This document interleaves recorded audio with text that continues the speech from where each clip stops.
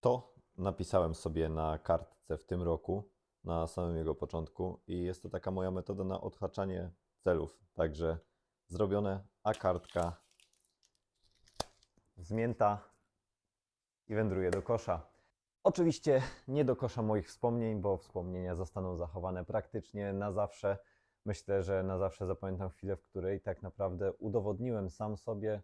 Myślę, że na zawsze zapamiętam chwilę, w której tą pierwszą 900 osiągnąłem. Witam Was wszystkich i zapraszam Was serdecznie na podsumowanie mojego startu w Baran Trail Race, który, jak zobaczycie, był startem bardzo spontanicznym. 25 kilometrów. W końcu, jej! Kurwa, Tabor, na innych nie będę miał siły. Dawaj! Dominik Tabor mocno przeatakował, zanim Marcin Rzeszutko. Zanim jednak przejdziemy do oglądania, mam dwie szybkie prośby. Jeżeli nie subskrybujecie jeszcze tego kanału, a jesteście moimi widzami, będę bardzo wdzięczny za suba. Pozwala mi się to rozwijać, pozwala mi to docierać do nowych odbiorców i czerpię z tego też dużą satysfakcję. Także kliknij ten przycisk na dole, jeżeli to zrobiłeś. Serdecznie dziękuję. Druga sprawa. Jeżeli znasz kogoś, kto jest zainteresowany tego typu treściami, chce się też dowiedzieć trochę więcej na temat biegania, na temat treści związanych ze zdrowiem w bieganiu i ogólnie ze zdrowiem w różnych kontuzjach, podeślij mu ten kanał i te materiały. Również będę wdzięczny. Przechodzimy do relacji. Baran w moim wykonaniu był biegiem, którego w ogóle nie planowałem. Ze względu na to, że 2 tygodnie później już będą właśnie finały Golden Trail World Series, na które planowałem udać się od samego początku, niezależnie od tego, czy uzyskam kwalifikację, czy nie. No był to start, który był nieco za wcześnie, pomimo tego, że dostaliśmy dosyć wcześnie takie zaproszenie od organizatora. Jednakże po starcie na Babiej Górze czułem się na tyle dobrze i czułem taki głód rywalizacji, że w środę poprzedzającą Barana, więc tylko te 72 godziny przed, pomyślałem sobie, że może jednak bym wystartował, również z tego względu, że zbierała się mocna paka chłopaków.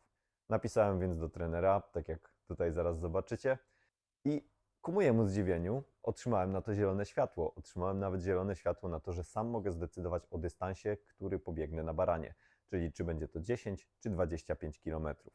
Zostawiłem sobie czas na decyzję do następnego dnia, kiedy wykonywałem trening biegu ciągłego w terenie, nieco bardziej powiedzmy takim biegowym w Lasku Wolskim i wyszedł on bardzo dobrze. Pomyślałem więc, że okej, spróbuję, chcę powalczyć z chłopakami.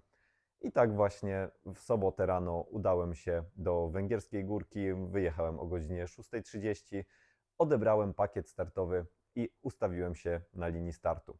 Kojarzycie takie uczucie, kiedy wiecie już na rozgrzewce, czy czujecie w ten sam dzień, że zdarzy się coś dobrego?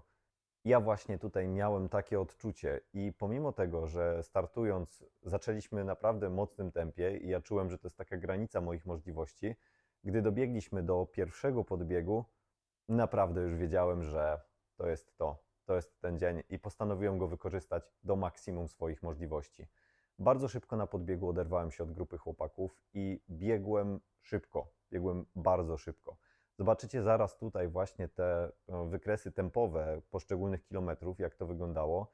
Wiedziałem natomiast jedno, że cały podbieg chcę przebiec w maksymalnie najszybszym możliwym tempie, w jak najwyższej intensywności, jaką tylko jestem w stanie uzyskać, a na zbiegu po prostu się zobaczy. Mocno zaryzykowałem na tym podbiegu. I w efekcie, dobiegając do chyba 5 kilometra albo do 6 kilometra, miałem już ponad minutę 30 sekund przewagi nad grupą goniącą mnie chłopaków, czyli Marcelem Fabianem, czyli Marcinem Rzeszutko i Gabrielem Kuropatwą. Wiedziałem, że to jest właśnie ten dzień z dwóch względów. Przede wszystkim na podbiegu mogłem utrzymywać bardzo szybki rytm, bardzo mocny krok i przemieszczałem się do góry w bardzo szybkim tempie. Druga sprawa, gdy nadchodziły wypłaszczenia, ja również nie zwalniałem, nie odpoczywałem, tylko czułem ten ciąg do przodu. Biegłem naprawdę bardzo szybko.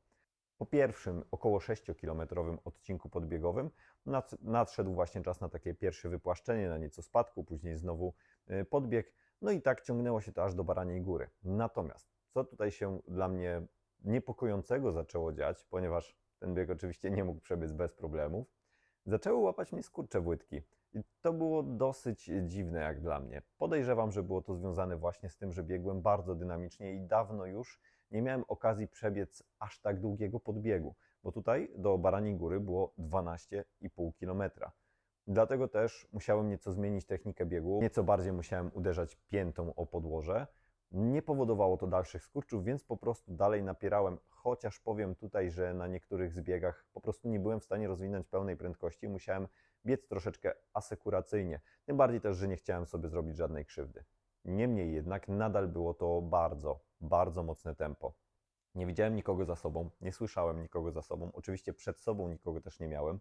Pogoda była, no jak sami widzieliście, taka, że widoczności nie było prawie w ogóle, dlatego odliczałem tak naprawdę pewne punkty, które zapamiętałem z profilu trasy, bo trasy też nie znałem w ogóle przed przyjazdem do Węgierskiej Górki. Widziałem tylko nieco profilu, wiedziałem, gdzie będą jakieś podbiegi, czego mogę się mniej więcej spodziewać, ale nie było to właśnie takie rekonesansowe, czyli nie tak jak na każdych zawodach, że trasę znam wcześniej, tutaj przyjechałem w kompletną niewiadomą.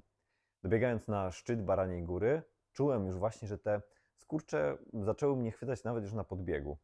Troszeczkę się tym zmartwiłem, ale jednakże z drugiej strony pomyślałem, że kurczę, no ryzykuję, zobaczymy co się stanie. I zacząłem zbieg. Zacząłem ten pierwszy techniczny zbieg z Baraniej Góry. Tam jest bardzo dużo kamieni, tam było trochę błota, bardzo nierówny teren, jednocześnie płynący potok tak naprawdę korytem szlaku.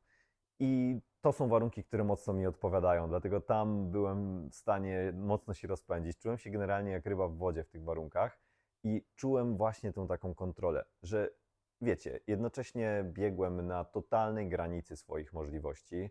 Biegłem tak, że praktycznie nie mógłbym pobiec mocniej, chociaż właśnie tutaj muszę zaznaczyć, że ten zbieg nieco musiałem odpuścić w pewnych momentach właśnie ze względu na to, że nie mogłem lądować na przedniej części stopy.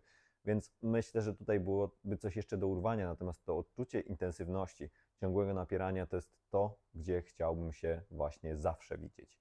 Zbieg był mocno zróżnicowany, ponieważ zbiegało się właśnie zarówno kamienistymi ścieżkami, Brawo, jak brawo, i ścieżkami pierwszy. szutrowymi, ścieżkami leśnymi, na których było nieco mokro. Momentami wbiegało się nawet na asfalt. I był on też trudny pod tym kątem, że były na nim nie tylko właśnie te odcinki cały czas zbiegowe, ale były też odcinki pod górę. Z tego dwa takie dosyć mocne. Robiło się na tej drugiej części generalnie jeszcze ponad 200 metrów podbiegu, chyba nawet 300 z tego co pamiętam. Tego dnia natomiast nie stanowiło to dla mnie żadnego problemu. Przechodząc ze zbiegu w podbieg, utrzymywałem swój rytm, utrzymywałem tą bardzo, bardzo wysoką intensywność i oczywiście męczyłem się, odczuwałem już trudy tego biegu, szczególnie na drugim takim podbiegu przez krzaki, który no, mocno mnie zaskoczył, ponieważ musiałem biec dosłownie właśnie z ramionami przed sobą, tak żeby nie zniszczyć sobie oczu. Wiedziałem, że biegnę po coś naprawdę dobrego. Jest takie odczucie, tak jak Wam wcześniej wspomniałem, że mamy tą moc w nogach, mamy tą energię, mamy to odczucie takiej dynamiki i tutaj wszystko to grało ze sobą. Trochę z perspektywy czasu żałuję tego, że nie zapobiegłem w jakiś sposób tym skurczom, może też na rozgrzewce nie do końca dobrze zaktywizowałem te mięśnie łydek, porozciągałem, ale niemniej jednak dobiegając do takiego ostatniego technicznego odcinka, w którym było dużo błota, nawet tam utrzymywałem jeszcze dużą kontrolę nad tym, co robią moje nogi i biegając na odcinek asfaltowy zapodałem naprawdę bardzo szybki kilometr. Wiedziałem od chłopaków i od organizatora, że tam często mylili się ludzie, biegając prosto cały czas tym asfaltem, zamiast skręcić w lewo. Natomiast tutaj nie miałem żadnych pomyłek na trasie. Trasa była perfekcyjnie oznaczona i co jeszcze dodatkowo ważne dla mnie, nie miałem żadnych problemów żołądkowo-jelitowych. Chociaż zjadłem też nieco mniej niż to zazwyczaj bywa. Wiedziałem na tym ostatnim takim malutkim podbiegu po odcinku asfaltowym, że jestem na pewno poniżej rekordu trasy, ale nie wiedziałem ile. Więc postanowiłem po prostu już też postawić wszystko na jedną kartę i cisnąłem do mety tak, jakby ktoś mnie jeszcze tutaj mocno gonił. I to opłaciło się. Byłem bardzo bliski złamania godziny 51 minut. Natomiast myślę, że urwałbym jeszcze z tego czasu przynajmniej z minutkę, jeżeli byłbym w stanie zbiegać na swoim poziomie tego dnia. Czułem naprawdę dużą radość. Wbiegając na te ostatnie 300 metrów, te już płaskie przez most, to było takie odczucie dużej radości z tego, że wróciłem na ten mój poziom, że w bardzo silnej stawce chłopaków, bo było tutaj, uwaga, 4 mistrzów Polski można powiedzieć, a właściwie 4 złote medale mistrzostw Polski, czyli ja, podwójny złoty z tego roku, Rafał Matuszczak z short trailu i Marcin Rzeszutko z Ultra. Oprócz tego Marcel Fabian, oprócz tego Gabriel Kuropatwa, więc tych zawodników było naprawdę dużo. Tym bardziej zwycięstwo w takiej stawce było dla mnie bardzo, bardzo nobilitujące i nie przejmowałem się szczególnie tym, jaki mam wynik na mecie tak naprawdę. Nie myślałem o tym, czy to może być 900, czy to nie będzie 900. Cieszyłem się po prostu z tego, że zaryzykowałem, że pocisnąłem bardzo mocno do góry, utrzymałem tą intensywność później i finalnie, tak jak też zobaczycie, średnie tętno z tego biegu to było 177. Jest to mój chyba rekord, jeżeli chodzi o tak długi bieg i o utrzymywane tak wysokie wartości.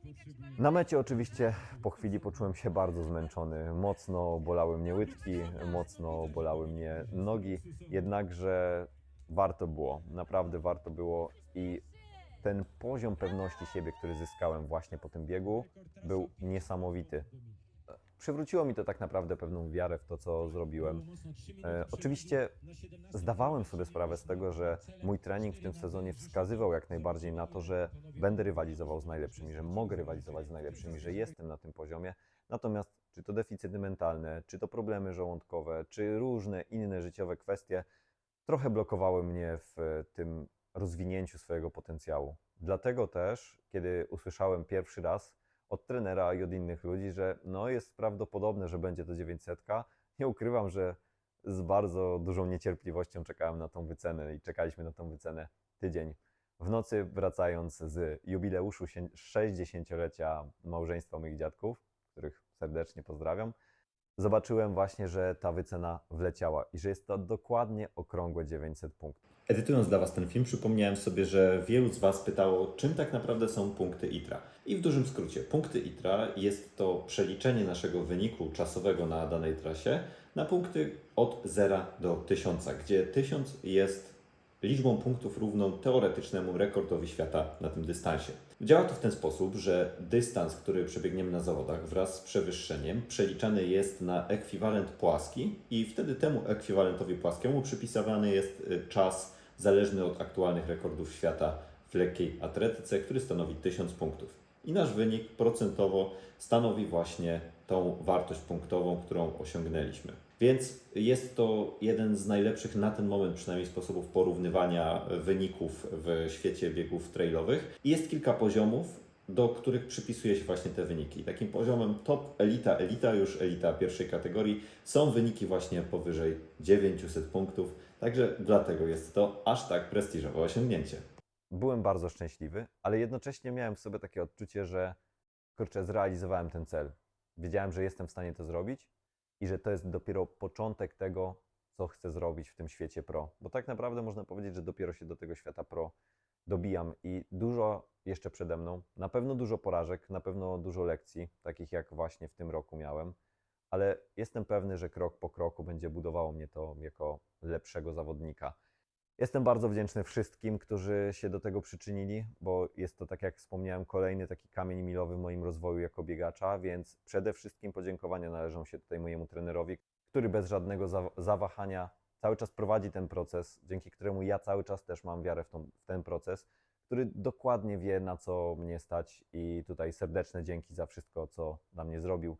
Mojej żonie za wyrozumiałość i za to, że tak jak już kiedyś wspomniałem, moją przemianę w tego profesjonalistę traktuję z dużą dozą cierpliwości. Oczywiście moim partnerom w firmie Salco, firmie Joniec, mojej firmie Symferia, która wspiera mnie na co dzień, za to, że mogę realizować te marzenia bycia zawodnikiem. Oczywiście organizatorowi, czyli Baran Trail Race, należą się bardzo duże podziękowania za to, że byli w stanie ściągnąć do siebie tak dużą ekipę, tak mocnych osób i że też oczywiście nagrody stały na bardzo przyzwoitym poziomie, więc tutaj serdeczne dzięki, jeżeli tylko będzie okazja, myślę, że na ten bieg jeszcze z chęcią wrócę. No i wszystkim tym, którzy kibicują, wszystkim tym, którzy też Wam relacjonują te treści, czyli na przykład King Runnerowi Ultra, dzięki któremu możecie oglądać bardzo często materiały na moim kanale. Do nich zresztą możecie znaleźć link w opisie, obserwujcie ich.